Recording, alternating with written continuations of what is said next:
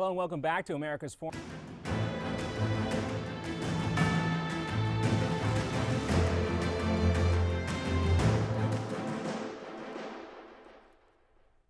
Hello and welcome back to America's Forum here on Newsmax TV. I'm John Bachman. On Capitol Hill yesterday, we saw what many regard as a significant win for Democrats and a significant concession by Republicans when House Speaker John Boehner bowed to the president's use of executive action. And you know, I think the American people are tired of being disappointed.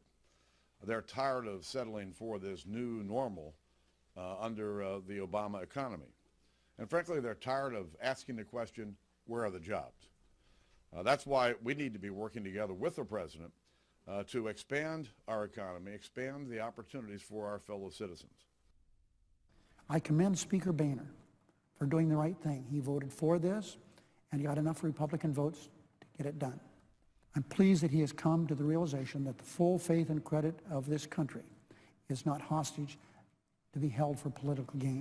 Senate Majority Leader Harry Reid there, perhaps taking a victory lap. Even some Tea Party-affiliated Republicans had endorsed the idea of a clean debt limit bill on the assumption that it would pass mainly with Democratic votes. Officially, though, Tea Party talking heads were outraged at the vote. Tea Party Express Director Taylor Bodowich told reporters that, quote, "We recognize that Speaker Boehner was unable to corral a House majority to insist on some budgetary reform. Unfortunately, that means the GOP has lost yet another opportunity to prove to the American people that the Republican Party will fight to stop Washington's reckless spending." Instead, they focused on voters on their need to continue to defeat incumbents who are unwilling to stand with the American people. Joining us to talk about all this right now is Congressman Steve Scalise. We also have David Patton on set, who will join us in just a moment, who can perhaps continue in this conversation as well. Congressman Scalise, I believe we have you on the phone. It's good to have you with us. Hey, John, good to be with you. All right, so Congressman, you had the Republican Study Committee, a group that a lot of conservatives look to for leadership in the House GOP caucus. Was it difficult for you to kind of get behind the speaker on this? It was, and in fact, I opposed the deal. I voted against it because I don't think it's good precedent to have a clean debt ceiling. And in fact, the lion's share of all increases in the debt ceiling in our country's history have been tied to reforms that start to try to address Washington's spending problem. And so the fact that you had President Obama out there literally threatening to default on our nation's debt, John, I mean, that I think is one of the most irresponsible and dangerous positions a president can take. Unfortunately, the law gives the president the latitude to choose to default on debt, and the president threatened to do that. But at the end of the day, we have to get control over spending.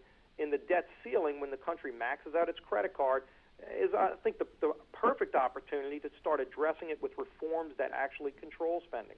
Now, a couple of things I want to follow up on based on that response. We had Dick Morris out here just a few moments ago. We've been talking about this throughout the week. He said behind closed doors that actually conservative Republicans, Tea Party Republicans, were probably grateful for the speaker for kind of falling on his sword. Is that really, is Mr. Morris correct about that?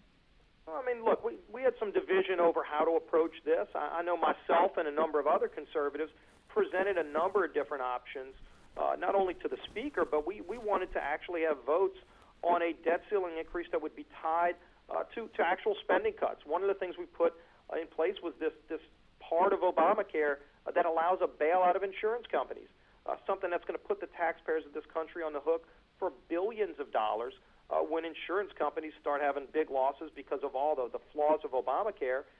We don't think it's right that taxpayers should be borrowing money from China to bail out insurance companies. We wanted to put that on the table. We wanted to put something in place that would stop the IRS from going after people based on their free speech expression, especially community groups like 501c4s, where the IRS is literally trying to shut down people right now if they express any kind of opposition to the radical policies of this Obama administration. So there were a lot of those ideas that were put forward. I would have liked to seen us vote on that kind of proposal tied to the debt ceiling where we had real reforms in there. Yeah, a lot of the American public wanted to see something like that, but even an issue like restoring some pension benefits for military veterans couldn't get through. You know, back to what you were saying about the president and his willingness to default here. That may be true if you subscribe to the belief that the buck stops at the president's front desk, but the American people certainly don't feel that way. Even Senator John McCain had spoke recently about the fact that Republicans are still feeling the sting of the government shutdown. Well, you know, there was a lot of the mainstream media, just this mad rush to blame Republicans for anything that goes wrong in Washington. And, of course, during the shutdown, there were people on both sides that had a lot of issues with what was going on. But look, in the middle of the shutdown, John, the most telling thing was President Obama publicly saying that he refused to negotiate at all. He wanted to keep the government shut down because he thought he was winning politically. And polls maybe back up that fact, but you can't rewrite history and say it was just Republicans. I mean, you had President Obama and Harry Reid wanting to keep the government shut down because they thought they were gaining political points by it.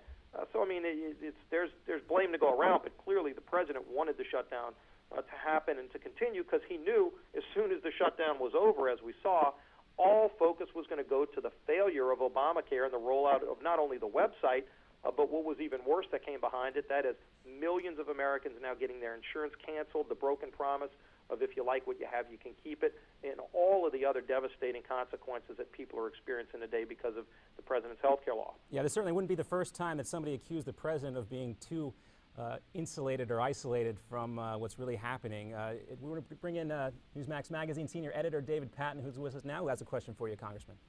Sure. So, Congressman, you mentioned earlier that you would have liked to have seen some conditions put on this, a couple of things maybe that conservatives could have gotten out of the deal. Why do you think that didn't happen? It seems like in your state, for example, Keystone XL would have been a big winner. Obamacare, some of the more egregious provisions would have been a big winner. Why was there not at least an effort? I know that there was a meeting at towards the end of the process and there wasn't universal agreement on it. But why did that process within the Republican caucus break down in your view? Well, David, what the Speaker told us was that the votes weren't there to do some of those other things. And look, I'd like to see us at least give it a shot. Put a debt ceiling bill on the floor that also had actual spending reforms tied to it. Some of the things I mentioned, what's called officially the risk corridor provision of Obamacare, but basically what it is the bailout of insurance companies. Right. Again, taxpayers are going to be on the hook for billions of dollars to bail out insurance companies tied to Obamacare. It's in the law. We wanted to get rid of that.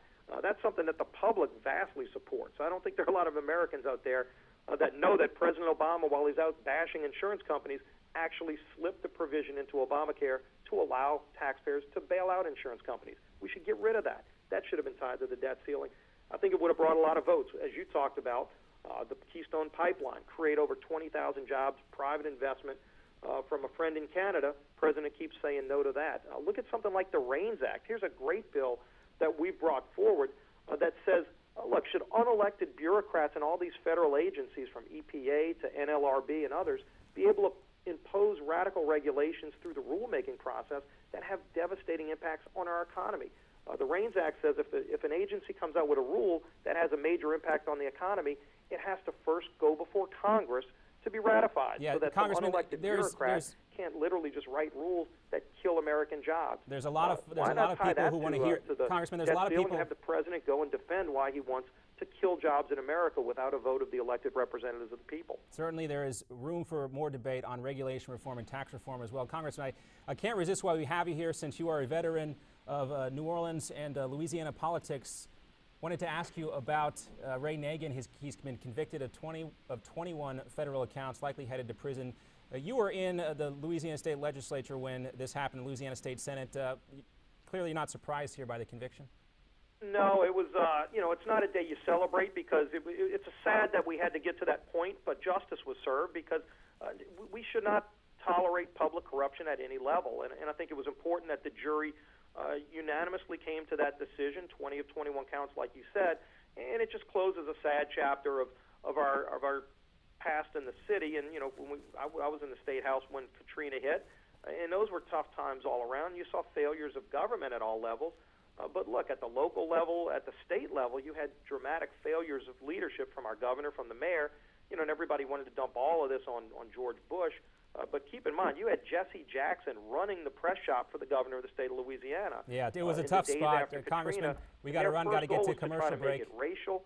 And Katrina was not a racial incident. I mean, there are parts of my district that are over 90% white that were even harder hit than the city of New Orleans. And Congressman, we got to run. Suffered just like people in the 9th Ward of New Orleans suffered. So it was black and white alike that had problems, but yet they wanted to make it racial, because they thought it would hurt George Bush. Congressman, we have to go.